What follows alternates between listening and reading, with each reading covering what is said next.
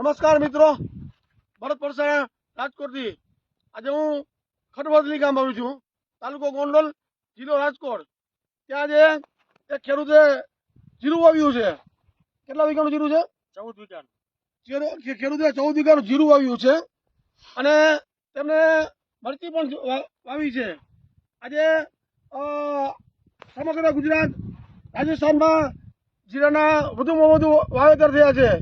આજે ગુજરાત અને રાજસ્થાન આખા દેશને જીરું પૂરું પાડે છે અને ગયા વર્ષે સારા ભાવ હોવાથી આ વર્ષે ખેડૂતે વધુ જીરું વાવ્યું છે. તો આજે આપણે ખેડૂત પાસે જાણીએ કે અમે એમને શું પ્રયોગ કર્યા. ભાઈ સાહેબ, આપણું નામ શું છે? દિનેશભાઈ કથિરિયા. હવે આપણે આ કેટલા વીઘાનું જીરું વાવ્યું છે?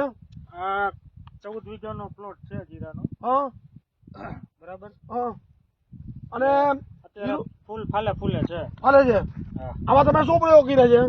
આમાં દૂધ, ગોળ ને ગૌમૂત્ર ગાયનું. 250 દૂધ, 100 ગ્રામ ગોળ અને 250 ગૌમૂત્ર. હા.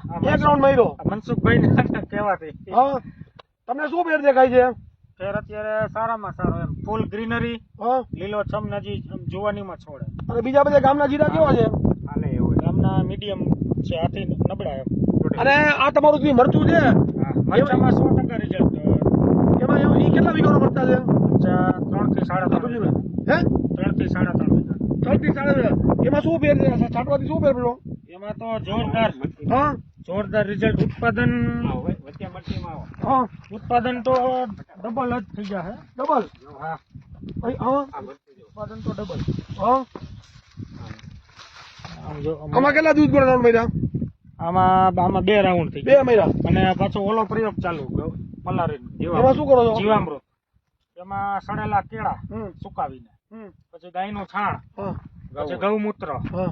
પછી ઓલો છાસ ને ઓલો લોટ કઠોળનો.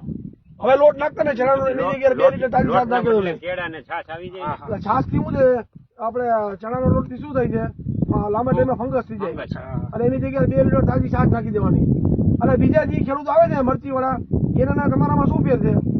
મરચી લીલી છમ હજી હમણાં ઊભી, એક પાંદ ખંડિત નથી આમાં. હા. હજી આમાં ફાલે જ. હજી ઝીણું મરચું ચાલુ, ફ્લાવરિંગ ચાલુ, લાલ મરચું હે, હા. કમ્પ્લીટ 3 પ્રકારની ક્રિયા ચાલુ.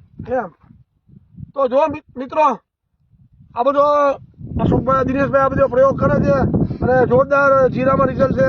તો આપણે પણ કોઈ પણ જીરું હોય એમાં પ્રયોગ કરવા હું નમ્ર વિનંતી કરું છું. આભાર.